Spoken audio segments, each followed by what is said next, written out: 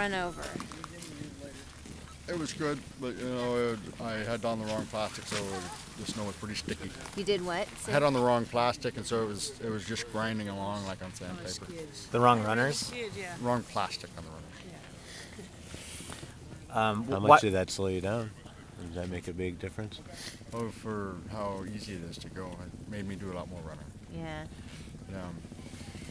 Is that a decision you made in White Mountain, or why did you have the wrong plastic? I just went with the stuff that usually works, but the snow conditions here are different. They're very icy and grainy at the moment from the, I don't know if the harsh winds or else they got some rain or something.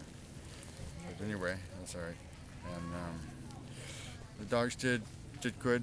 They were happy to finish up here. And I worked hard to try to get Sean, but I wasn't successful. Did you think you might make a stronger push to get him in sight and be able to track him down? I thought I would, but when I saw his time, how quickly he got to safety, I knew there was not a chance. How was he able to do that, do you think? Given he told me that he had the best run of the whole race leaving White Mountain. That he had to stand on the track going uphill.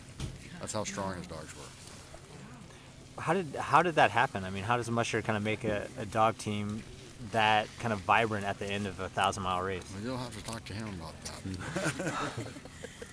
Did he just visit with you? What did you guys talk about? Just his dogs. They were happy and barking, and I think I've never seen a team look so good. That was a champions team leaving that, getting ready to come in and know.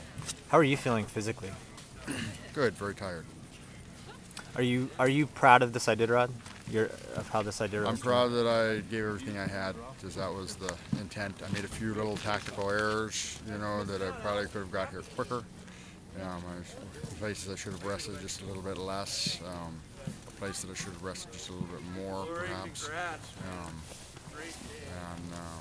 So I'm not too happy with those, but when you haven't had sleep for 6 days, and I can add up to the sleep how much I've had in the last 6 days, and it'd be about 5 hours, so about the least sleep I've gotten in any Iditarod. You've slept maybe 5 hours in 6 days?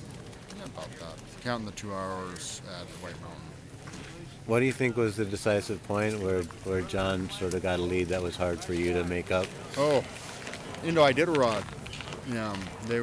Him and a bunch of they were a little bit ahead of me. The group, the front pack, was a little bit ahead of me. Where do they eat around Nome? They'd gap me, and I was trying to catch up at that point.